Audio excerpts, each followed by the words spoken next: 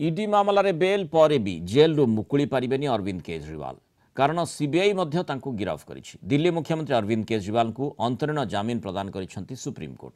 दिल्ली अबकारी नीति दुर्नीति मामलार गिरफ होई तिहार जेल में अछंती केजरीवाल। इडी गिरफ मामलार जमीन प्रदान करी कोर्ट कहिसेंति केजरीवाल 90 दिन जेल भोगी सारे। से जड़े निर्वाचित प्रतिनिधि गुरुत्वपूर्ण पदवी रे अछंती। मुख्यमंत्री पदरू हटिबाकू तांकू कहि हेबो नाही। एही निष्पत्ति केजरीवाल को ऊपर छाड़ी कोर्ट।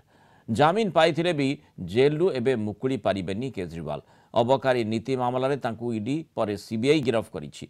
जस्टिस संजीव खन्ना नेतृत्वाधीन खंडपीठ मामलार शुणाणी करी मे 17 रे राय संरक्षित रखिथिले।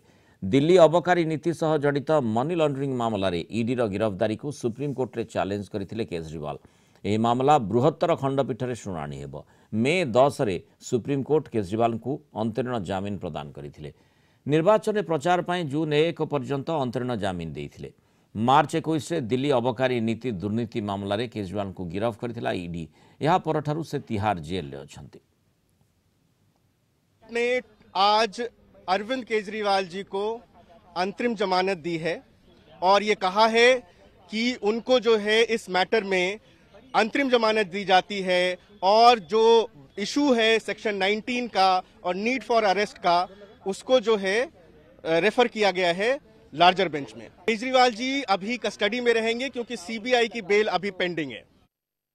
However, after the trial court had granted the vacation bench of the trial court had granted him bail, the CBI had also arrested him. Therefore, he's also been arrested by CBI in a separate, although connected case, but that's technically a separate case. Mr. Kejriwal has initiated proceedings against that also, that is pending and coming before High Court on 17th. So depending on the outcome of the CBI case, his actual release from jail will depend on that. But insofar as ED is concerned, he is no more required to be in custody as per the Supreme Court order in the ED matter.